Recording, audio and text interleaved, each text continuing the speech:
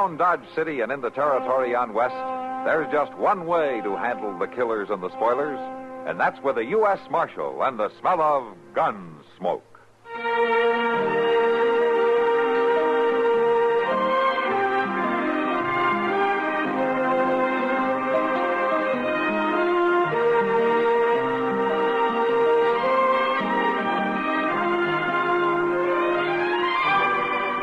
Gunsmoke, starring William Conrad, the story of the violence that moved west with young America, and the story of a man who moved with it. I'm that man, Matt Dillon, United States Marshal. The first man they look for and the last they want to meet. It's a chancy job, and it makes a man watchful and a little lonely.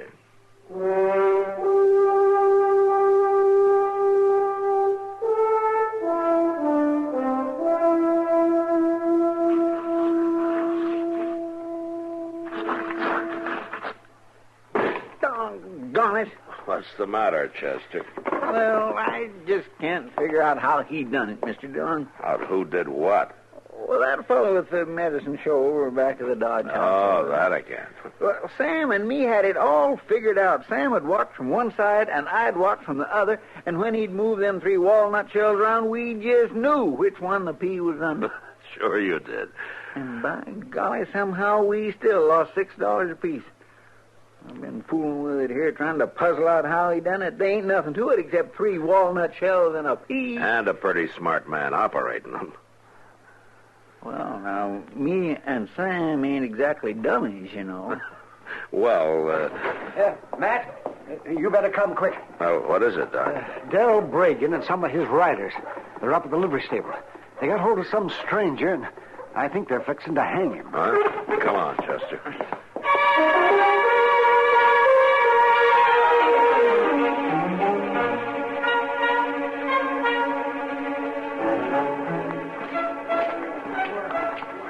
By jing, they mean business, Mr. Dillon. Look at that rope. Yeah. What did they do, Doc, to get Bragan all riled up? And I didn't wait to find out, Matt. Well, it don't take much to get Bill Bragan riled up. Come on. That's for sure. Hey, Bragan. What's going on here, Bragan? This ain't nothing the law need bother about, Marshal. Oh? We caught this here saddle bum dead to rights. And there ain't no use wasting time on a trial. I see. It looks to me like you've already pushed him around some. Is he conscious? He will be before we string him up. I want him to know just why we're doing it. Doc, take a look at him, will you? Sure, man. Just stand back there, please. Let me have room. Now, Bragan, suppose you tell me why you're about to lynch the man. It ain't none of your concern, Marshal. You go on about your business and take Doc with you. There ain't no use patching up a fellow that's going to be dead in 10 minutes anyhow. Hasn't anybody told you we got laws in Dodge City now? Laws for them that needs it. This ain't the first horse thief I've hung. Those days are over, Bragan. And so's the hanging, boys. You come on down out of that loft and you bring the rope with you. Marshal, we caught this man with 2 of my best horses. Blooded stock that's been missing off the ranch since last month. If he stole them, the law will deal with it. No, Marshal. We'll deal with him. Bragan, you keep your hand away from that gun. I will. When you get out of here and leave us be. You will right now. Here, Chester. Get Bragan's gun. Yes, sir. Here it is. How's the fella, Doc? Well, he's been beat up some, kicked around a little, but he'll be all right. Then let's get him over to the jail. Say, give me a hand, will you, Chester? Sure, Doc. All right, you men drag Bragan over there to the horse trough and you stick his head on it. Tell him he can pick up his gun at the jail as soon as he cools off. And another thing. The next time any one of you brings a rope into town, you keep it tied to your saddle. Do you understand?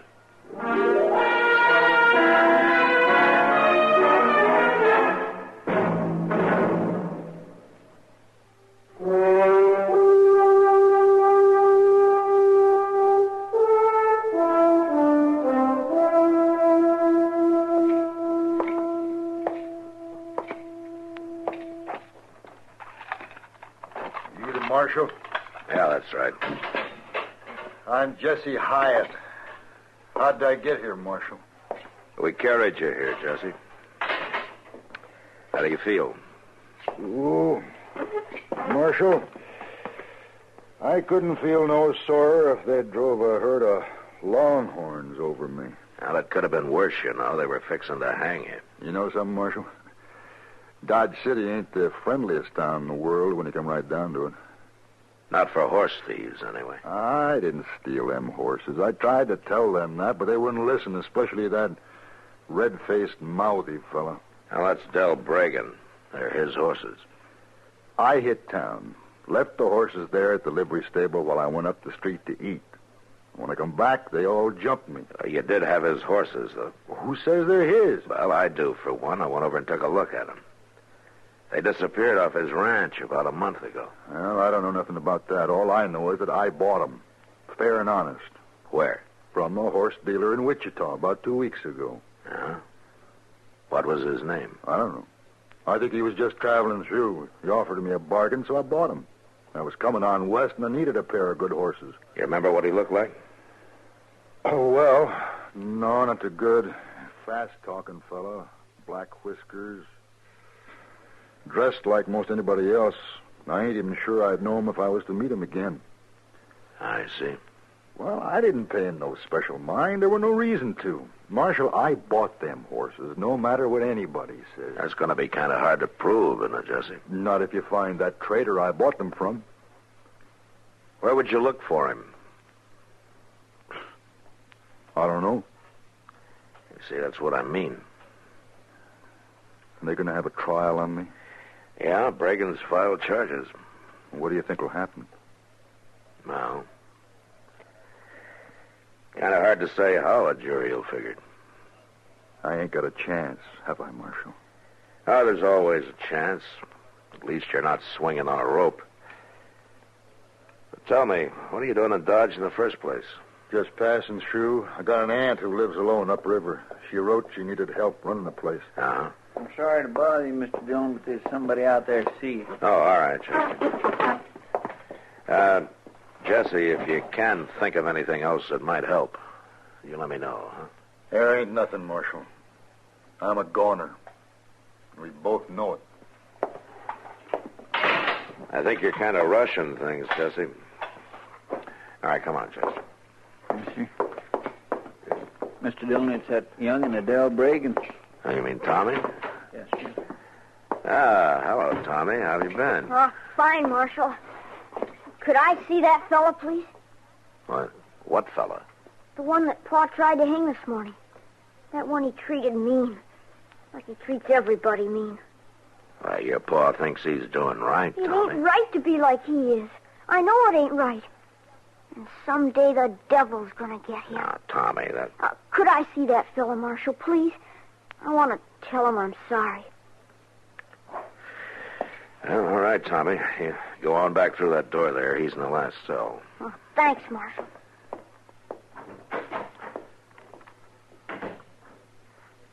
You reckon that Jesse feller is guilty, Mr. Jones? I don't know, Chester. But I do know one thing. The jury's going to think so.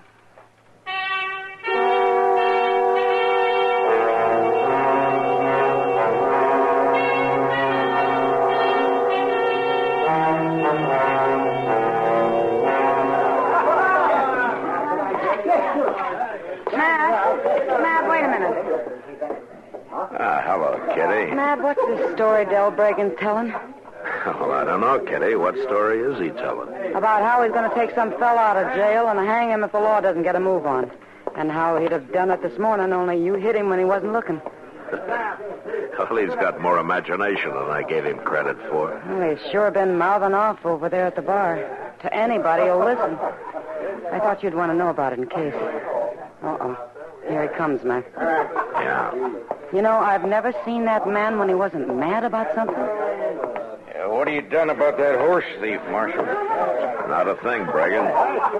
That's up to Judge Bent. What are you aiming to do with the man? Keep on coddling him till old Bent gets up the gumption to hang him? Well, I'm going to feed him and keep him locked up, if that's what you call coddling.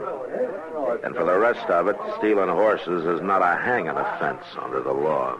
It is under the law I go by. How long is it going to take you, Del?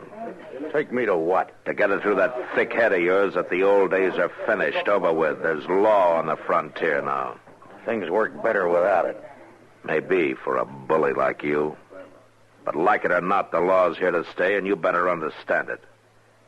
For your boy's sake, if not for your own. What about my boy? He's going to have to live in a different world from yours, and the hard-headed way you act isn't much of an example for him. Tommy will do all right. Don't you worry. He knows what he'll get if he don't. He's had the fear of the Lord beat into him. And with less beating and more understanding, he might not hate you so much. Hate me? He don't hate me. He respects me. Respects? Yeah, well, you call it that if you want. But I wouldn't want to be in your shoes the day he reaches your size. You trying to tell me how to raise my own son? No. But I am telling you this. You leave my prisoner alone. Marshal, you whipped me with your fists this morning. And if it come to it, maybe you could outdraw me. You keep on acting hard-nosed. Might be we'll find out for sure.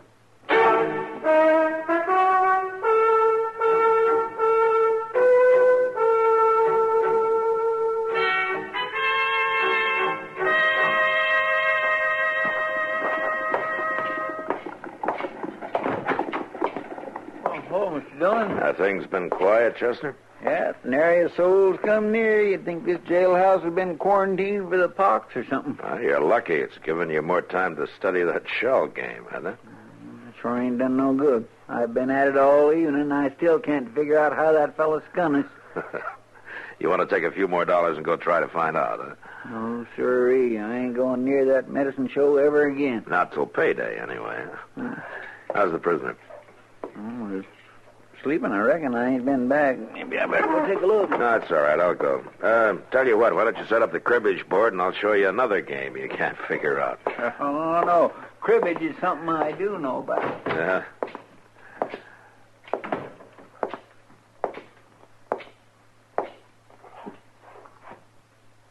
Wow. Just don't move, Marshal. Where'd you get the gun, Jesse? Don't make no difference where. You move easy now, Marshal. I'll blow a hole right through you. What good would it do you? You'd still be locked up. Not for long, I won't. Because you're going to let me out. Don't lay money on it. Open that cell door, Marshal, right now. Don't be a fool, Jesse. The worst you'll get now is a prison sentence. You pull that trigger and you'll hang. I ain't going to prison for something I didn't do. You open that door and hurry up about it. Now, give me the gun, Jesse. You're not going to shoot, and we both know it. Now, come on, hand it over. I'm warning you. I will shoot. You'll still be locked inside the cell. If you did shoot me, you wouldn't be ahead of me. Now, let's have the gun. Come on.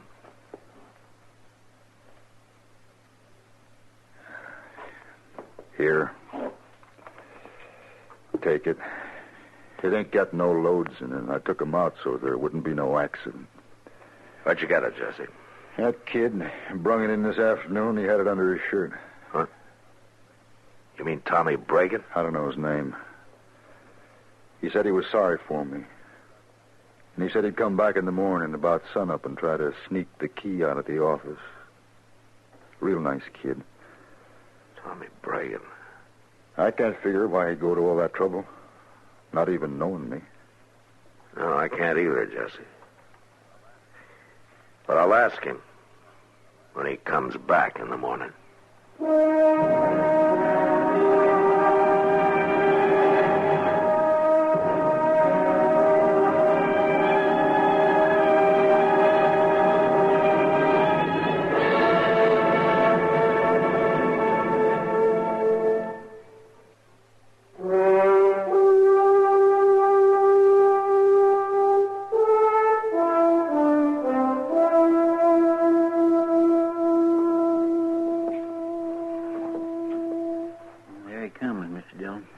Riding that pinto pony here. Yeah, I see him. Looks like Jesse was telling the truth. He may have been all along, Chester. Yeah, but my goodness, so a young puppy like Tommy Bragan sneaking guns into jail, trying to help prisoners break out, why, he ought to be switched good. Maybe he's been switched too much already. Look at him. Walking tiptoe, moving real quiet. I guess he thinks we ain't up yet. Then we mustn't disappoint him. You get back to your bunk and lie down, huh? Yes, sir. Darn fool kid, and as bad as his paw. Be quiet.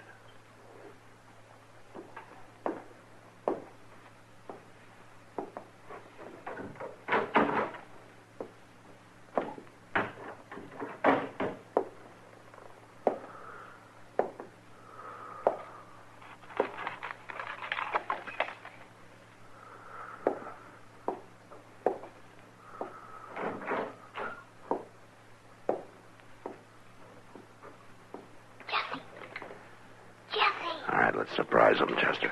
Right. Morning, Tommy. Oh, Marshal, I thought you was... I guess Jesse was the only one who was really asleep, huh? Hey, what's going on here? What are you doing here, Tommy? He was letting you out, Jesse. I had to. It ain't right him being in there. You gave him a gun yesterday, Tommy. Did you want him to kill me with it? I thought we were friends. No, it wasn't to kill you with. It was to keep Pa from getting him again after I let him out. And he's accused of stealing 2 of your pa's horses. But he didn't do it. He didn't steal no horses. How do you know? Because I just know, that's all. Boy, if you know, tell him who did it. My pa's always beating me, yelling at me. I wanted to get even with him. Get even with him? How? By giving them 2 horses away. You gave your pa's horses away? I wanted to get even with him for being so mean all the time. Well, who'd you give them to, Tommy? Oh, some fella riding through. He had black whiskers, and Hey, he said Marshal. he was heading east. That's the man, Marshal. That's who I bought them off of. All right, come on out, Jesse. Let's go into the office.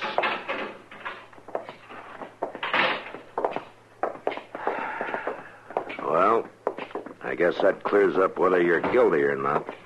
You mean I'm free to go? Yeah, you sure are. Marshal, what are you going to do to me? Now, what do you mean, Tommy? For sneaking in here trying to let Jesse out and all. Well, I don't know. Well, don't matter. Paul killed me sure now. Marshal, What? I got an idea. You remember I told you how I was headed for my aunt's place upriver? How she's alone, needs help to run things? Uh-huh. Well, she's a good woman, Marshal. Real good woman. Maybe Tommy could stay there until his paw cools off.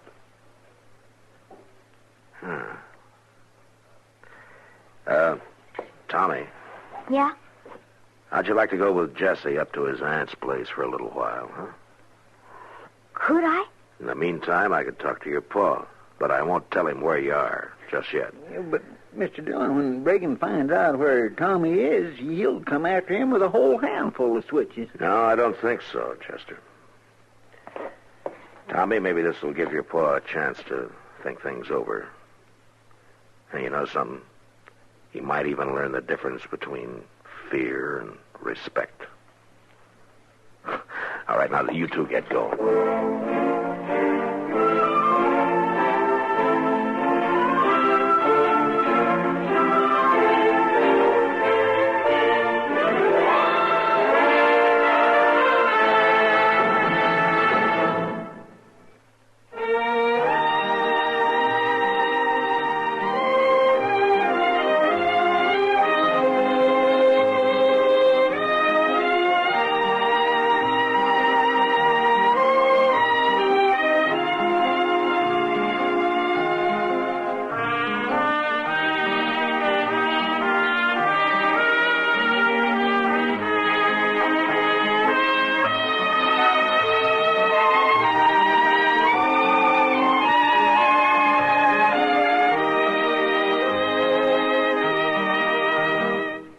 Gunsmoke. Produced and directed by Norman McDonald. Stars William Conrad as Matt Dillon, U.S. Marshal.